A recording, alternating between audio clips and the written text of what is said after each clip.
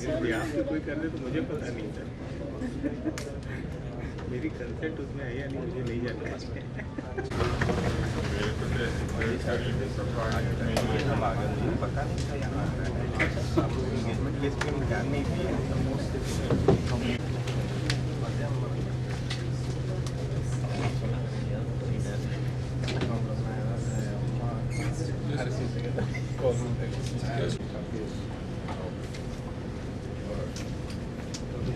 Very good morning to the Commission, the Honorable Chairperson, members of the Commission, colleagues, friends. Today we are privileged to have in our midst Professor Yannis Katosoulacos. He is an eminent and noted scholar in the field of competition economics and public policy. He will be speaking on the topic competition law and economics. At the outset, I would, Professor, like to extend a very warm welcome to you, and we are very happy to have you here this morning. And our young officers are keen to listen to your lecture today. Professor Yannis does not need any introduction to an audience like this. However, all of you must have read his articles and also the details of what he's been delivering lectures and talks, which is all available on the net. But it's my privilege to give a very brief about his bio here this evening. Professor Yannis earned his MSc and PhD in economics from the London School of Economics. He teaches at the Department of Economic Science, Athens University of Economics and Business. His main research interests are in the area of competition policy and regulation and economics of technical change and innovation. Previously, he served as a teaching assistant in the London School of Economics during his PhD studies, and then taught at the University of Southampton, Bristol, and Liverpool. He has also been a visiting professor at the University of Pittsburgh, Charles University, Prague, director of the Institute of Economic Policy and Studies, Athens, director of the Joint Directorate Program in Economics of the Athens University of Economics and Business. Professor Yannis has also been a research fellow of the Centre of Economic Policy Research, London, a member of the Executive Board of the European Association for Research in Industrial Economics, a commissioner of the Hellenic Competition Commission, and advisor to the minister in all major amendments in their competition law. These took place in 1995, 2000, and 2011.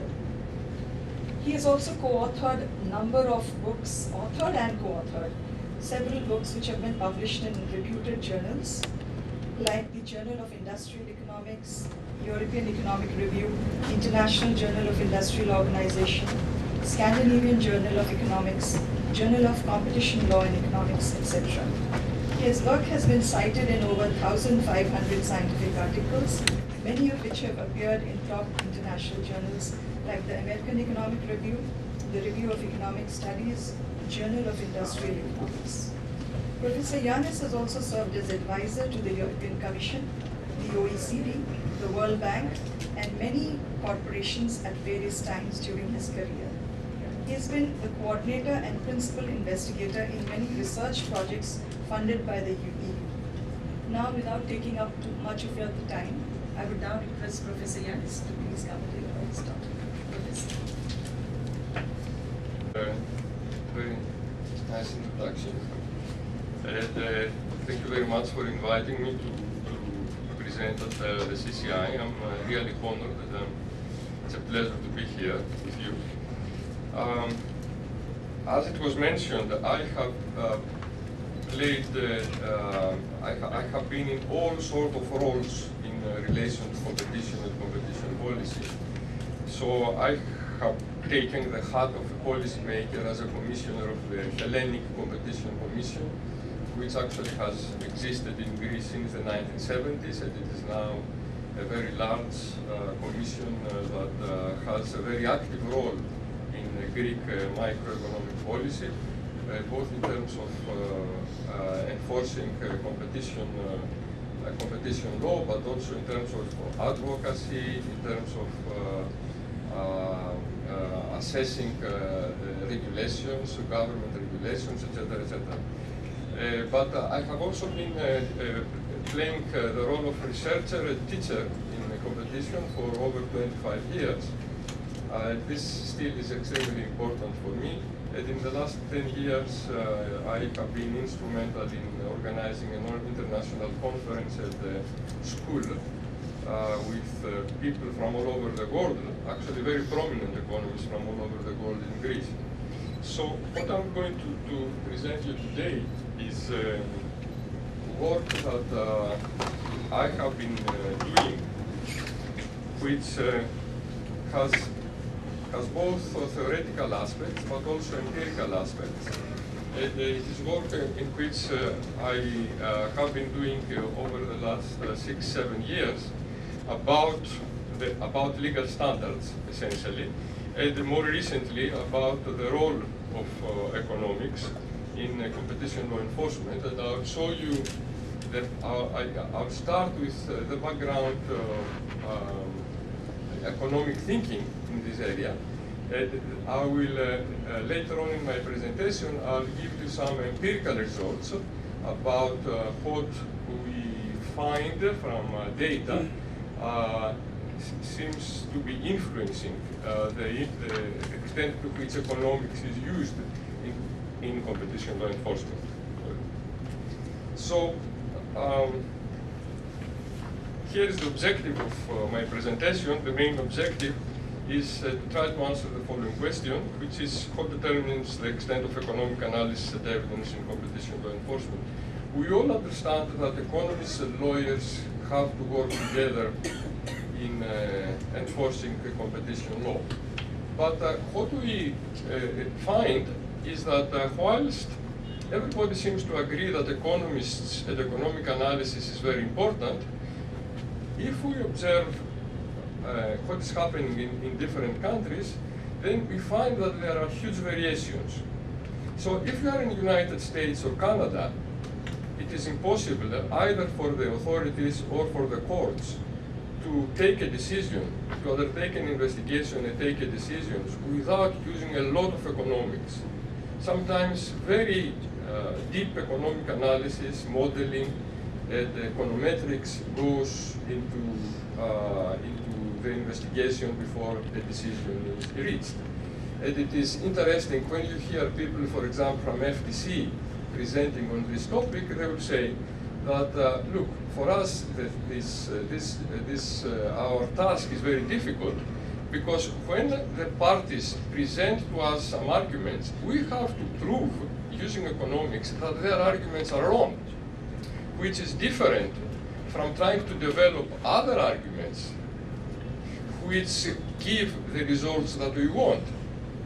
Because economists are usually accused of having many theories, so you can explain everything. So if somebody comes and says, here I have a model to explain this thing, somebody else will come and say, here I have another model, which gives a different result for what you are trying together to understand. So obviously the Americans are taking the hard route, which is, I must show that what you are telling me, and using your arguments and your models, is not right. Not creating a parallel argument that will lead to a different result. So that's one extreme. This extreme has been followed. This type of situation is also present in, for example, England, is present in Australia, is present in New Zealand, etc. Now, if you come to Europe, never mind BRICS or developing countries, if you come to Europe, the situation is completely different. In Europe, the use of economics, the application of economic analysis and evidence, it's much lower, the extent of the application. It's much lower than it is in North America and the other countries I mentioned. So from Europe, I exclude England. Now it has excluded itself, but I'm talking in terms about the issues of competition policy. So in continental Europe, the application of economic analysis in competition law enforcement is much lower than it is in North America. And then if we move to other countries with jurisdictions which are much younger, then the situation is even worse. So we want to try to understand, well, what is it that makes this so different? And there may be many factors that make this so different, but I want to stress factors that have been analyzed by economists. So I want to give an economic explanation of what creates this difference. So here's the question, but I want to split it into two.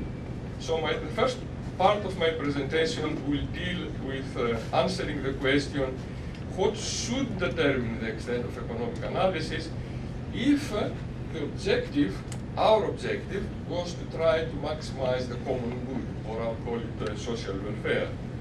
And then after this, I will go into more practical matters, and I will try to examine factors that influence the extent of economic analysis in practice. What is it that in practice may influence what competition authorities do in relation to the use of economics.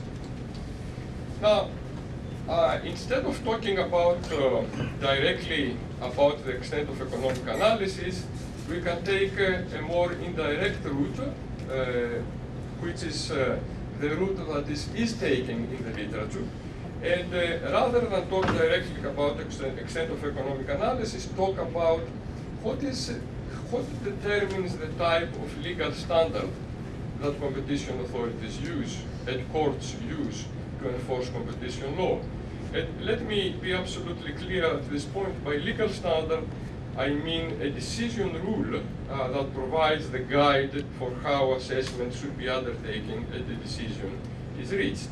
Okay, so that's why I have emphasized the decision rule. So there are various distinctions made, especially by legal experts, between the rules and standards, etc., but I'm going to abstract from these. Okay, so this is the definition of the legal standard. And once I start talking about different legal standards, I'm sure you all realize what I'm talking about.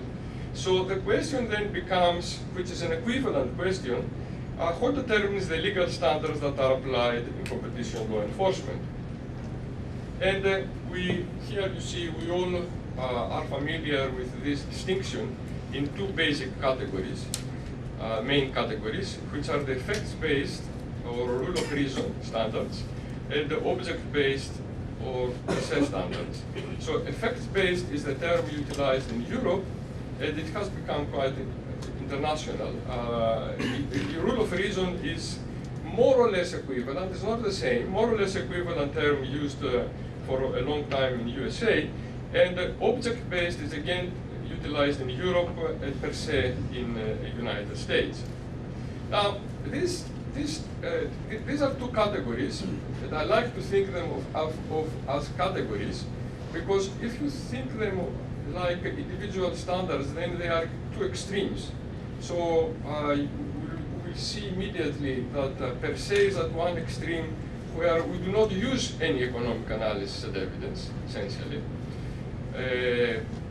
in undertaking the assessment of some cases, of some conducts. We do not use any economic analysis. And the rule of reason is at the other extreme, where we undertake a very large amount of economic analysis and the economic evidence. And what I want to stress here is that there will be variations in these two categories, and it is best therefore to think as there is a continuum in the standard, in the legal standard, that can be used, and as you move to the continuum from per se to effects-based or to full effects-based, you essentially increase the amount of economic analysis, modeling, the application of economic evidence that we are using. So I'm going to have this continuum in mind throughout my discussion, rather than talk about per se the effects-based as distinct categories, because they are not distinct categories. And this has been, this notion of the continuum has actually quite a long history. It has a long history in US.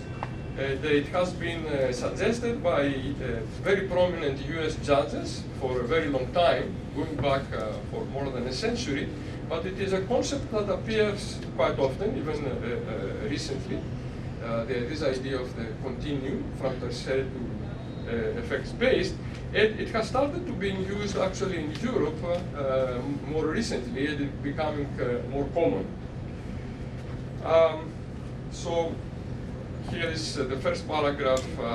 Essentially gives some information about the use of the concept of the continuum in US. So they have been talking about a situation analysis which moves us along a sliding scale, and as we move along the sliding scale, essentially we enhance the role that economics plays in our decisions.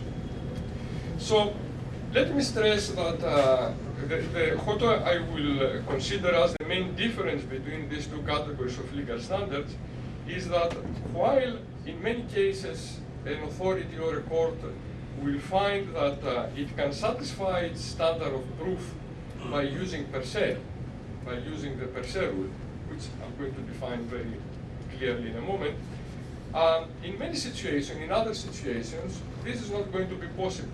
It's not going to be possible to satisfy its standard of proof by using per se, so it will need additional investigation in order to be able to have the required standard of proof, and for that it will have to use additional economics.